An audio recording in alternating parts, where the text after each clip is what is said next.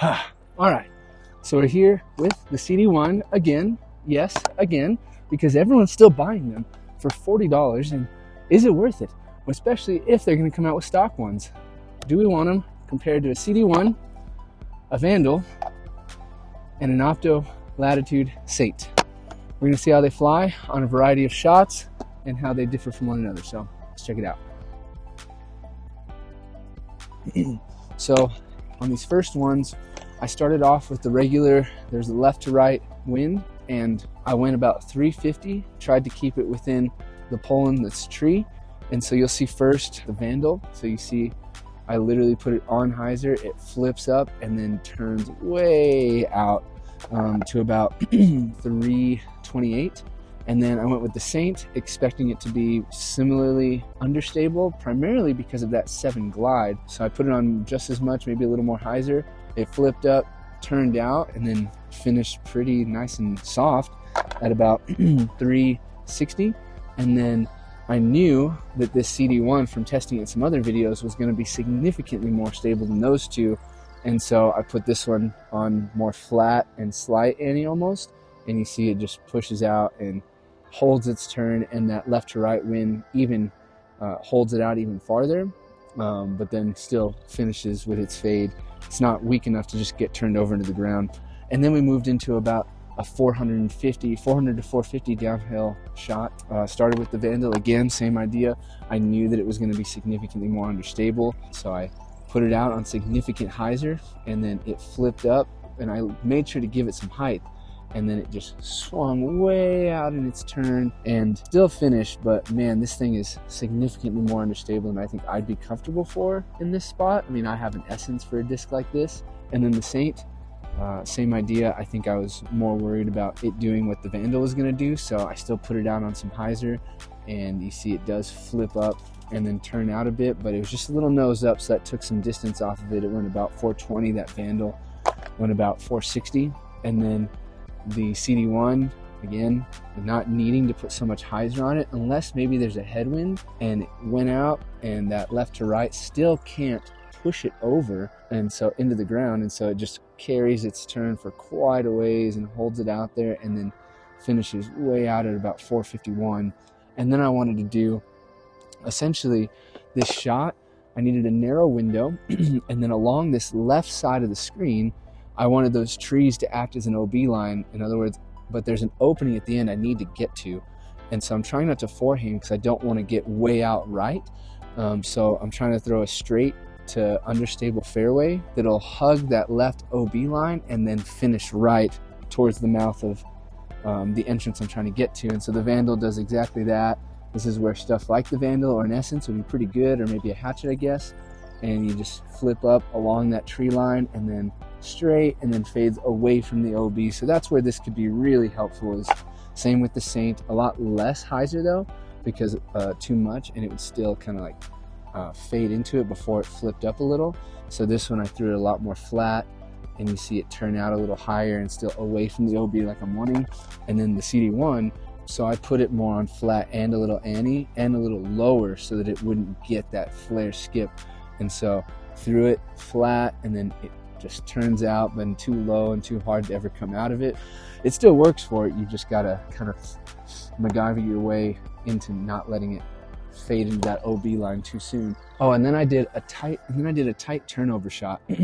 Now the idea was that I needed to get under and around this big tree in front, and then finish into this opening. And so knowing the Vandal, I threw it on slight ante, and then its turn in and of itself just put it into this anhyzer angle and swung around and then finished flat into the ground, which is really cool for the shot. The Saint, again, being a bit more stable than that, so I threw it flat and up so that it would fight into its turn like this and then swing out, which you see it did.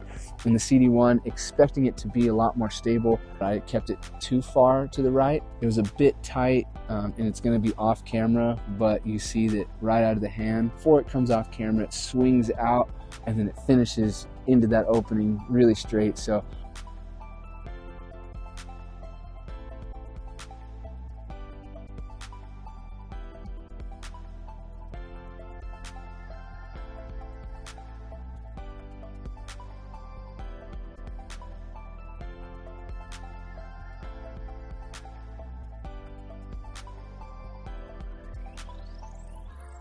And then lastly, again, a shot I wouldn't throw with discs like these, but a forehand so we could see how it goes.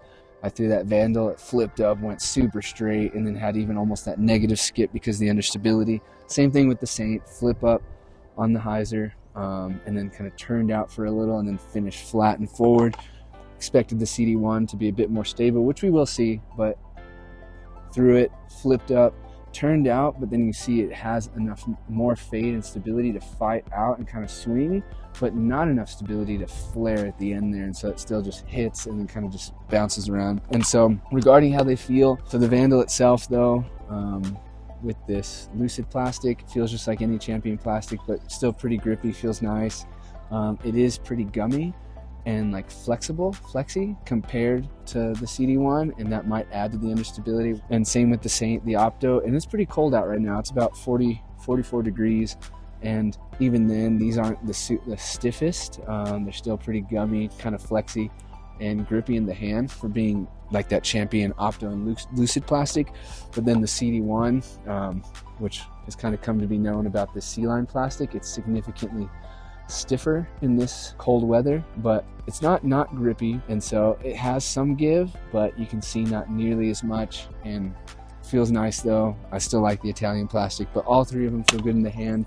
Yeah, so my overall thoughts are that this Vandal is a bit too understable, but it's more of a utility disc. Maybe brand new it has some use, but you can get some crazy distance. If maybe your max distance is 3 to 350, I bet you someone could get a Vandal out to about 400. The Saint, that 7 glide, I'm really curious if any of you know how that glide really affects the understability of the disc. Let me know in the comments, because it did glide forever, and on some of my more errant shots that I was doing during warm-up, it flew forever, but it felt good. It's more around what I would want for that straighter 9-speed spot. Not as understable as the Vandal, but I have already an instinct for more straighter shots and an essence for more like understable, kind of like needing it to finish with a turn shot. And so the CD1 is actually a bit of a different class than those. It's a bit straighter. When you throw it a lot harder, it does have more turn with it. So, but it just feels less touchy, and like you can have a little less angle control to be able to handle this disc. And so is it worth the $30 to $40 they're being sold for? Well, with the stamp, probably. That's probably why people are getting them, but in general the disc itself I think is worth getting. I don't know when or how and what other molds are going to come out with the CD1, but I definitely will probably be getting some. It'll probably take the place of what I thought the Paradigm was going to be in the bag, so I'll go from an Instinct to this, to a PD, and then to an Enigma. So those are my thoughts. Let me know what you guys think, and I'll be testing this one out against some other 9-speeds and see how that goes. Thanks for watching.